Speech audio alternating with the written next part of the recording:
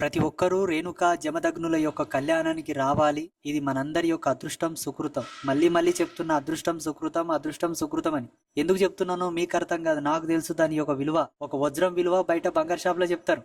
దీంట్లో అంతరార్థం ఏంది, ఆధ్యాత్మికత ఏందన్నది నాకు తెలుసు కాబట్టి చెప్తున్నా. ప్రతి ఒక్కరు రండి. ఎల్లమ్మ తల్లి పేరు మీద పాదాలు కట్టుకొని, ఎల్లమ్మ తల్లి పేరు మీద జోగినులుగా మారిన వాళ్ళు, ఎల్లమ్మ తల్లి పేరు మీద మాతంగిగా మారిన వాళ్ళు ప్రతి ఒక్కరు ఆ రోజు కళ్యాణానికి రావాలి. It's my order. మీ ఇంటి ఆడబిడ్డ పెండ్లి యావత్ హిందూ జాతికే ఇంటి ఆడపిల్ల గోమాత. మొత్తం హిందువులకందరికి పుట్టింటి బిడ్డ గోవు. మీ ఇంటి బిడ్డ పెళ్లికి మీరు రాకుంటే ఏమైనా పాకిస్తాన్ వాళ్ళు వస్తారా, ఆఫ్ఘనిస్తాన్ వాళ్ళు వస్తారా? వచ్చి ఆ తల్లికి తలవాళ్ళు వేసి ఇంత బుక్కెడన్నం కడుపులు వేసుకొని తలంబ్రాలు ఇస్తారు, తీసుకొని పోరి. మాతంగులు కానీ, మాతంగినీలు, జోగినీలు ఎల్లమ్మ తల్లి పేరు మీద పాదాలు కట్టుకొని, ఎల్లమ్మ తల్లికి సంబంధించిన బోధనే ఆ పాదాలు. అది అసలైనటువంటి ఉపదేశం. అని ఒక రకంగా ప్రచారం చేసేసిండ్రు పెద్ద మనుషులు.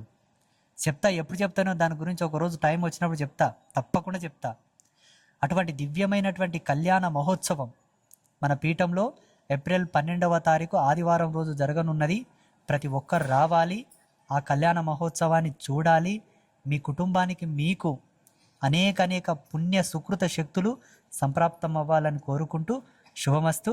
రేణుకా పరంజ్యోతి అనుగ్రహ ప్రసాద సిద్ధిరస్తు తదాస్తు.